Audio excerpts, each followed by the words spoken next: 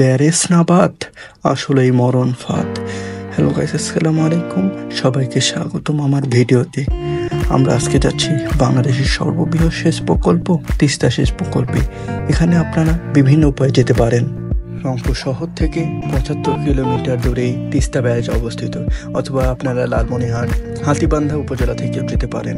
আর দেশের বিভিন্ন স্থান ঢাকা থেকে এখানে আসতে হলে প্রথম আপনাদেরকে নীলফামারীতে আসতে হবে, এবং তারপরে সেখান থেকে অটো, মোটরসাইকেল, বাসে করে আপনারা পৌঁছে যেতে পারেন তিস্তা ব্যারেজে।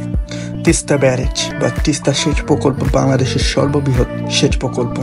তিস্তা নদের উপর নির্মিত ব্যারেজের এক পাশে রয়েছে লালমনিরহাট জেলার হাতীবান্ধা উপজেলা এবং অন্য পাশে রয়েছে নীলফামারী জেলার ডিমলা উপজেলা। রংপুর, দিনাজপুর, নীলফামারী, বগুড়া জেলার অনাবাদী জমির সেচ সুবিধা প্রদানের জন্য 1937 খ্রিস্টাব্দে তৎকালীন সরকার তিস্তা ব্যারেজ তৈরির পরিকল্পনা গ্রহণ করে।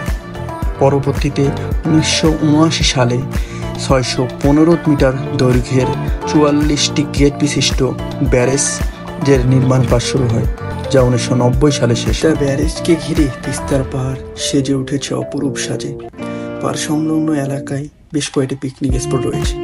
দূর দূরান্ত থেকে মানুষ দল বেঁধে সেখানে পিকনিক করতে আসে। বর্ষাকালে তিস্তা যথেষ্ট ভরা ও খরস্রোতা থাকে। বিকেলে অনেক মানুষ এখানে বেড়াতে আসে। তিস্তার দুই পাশের রাস্তা কাশফুলে ভরা থাকে। এই কাশফুল ভরা রাস্তা দিয়ে হাঁটতে হাঁটতে মনে হয় এই পথ যদি না শেষ হয়। তিস্তা পাড়ের দৃশ্য আসলেই অনেক মনোমুগ্ধকর। এখানে নানা বয়সের, নানা শ্রেণীর মানুষের আগমন ঘটে। তারা এখানে গল্প করে, একে অপরের সুখ দুঃখের কথা বিলিয়ে দেয়। আপনারা চাইলে এখানে বোট ভাড়া নিতে পারেন। আমরাও নিয়েছিলাম।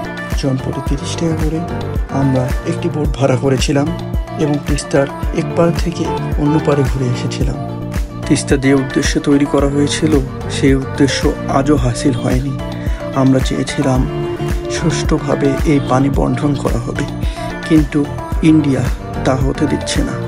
তারা যখনই ইচ্ছা তখনই তাদের গেটগুলো খুলে দিচ্ছে, যার ফলে বাংলাদেশের বিভিন্ন জায়গা, বিশেষ করে উত্তরবঙ্গের বিভিন্ন জায়গা বন্যার সৃষ্টি হচ্ছে, মানুষকে দুর্ভোগ পোহাতে হচ্ছে।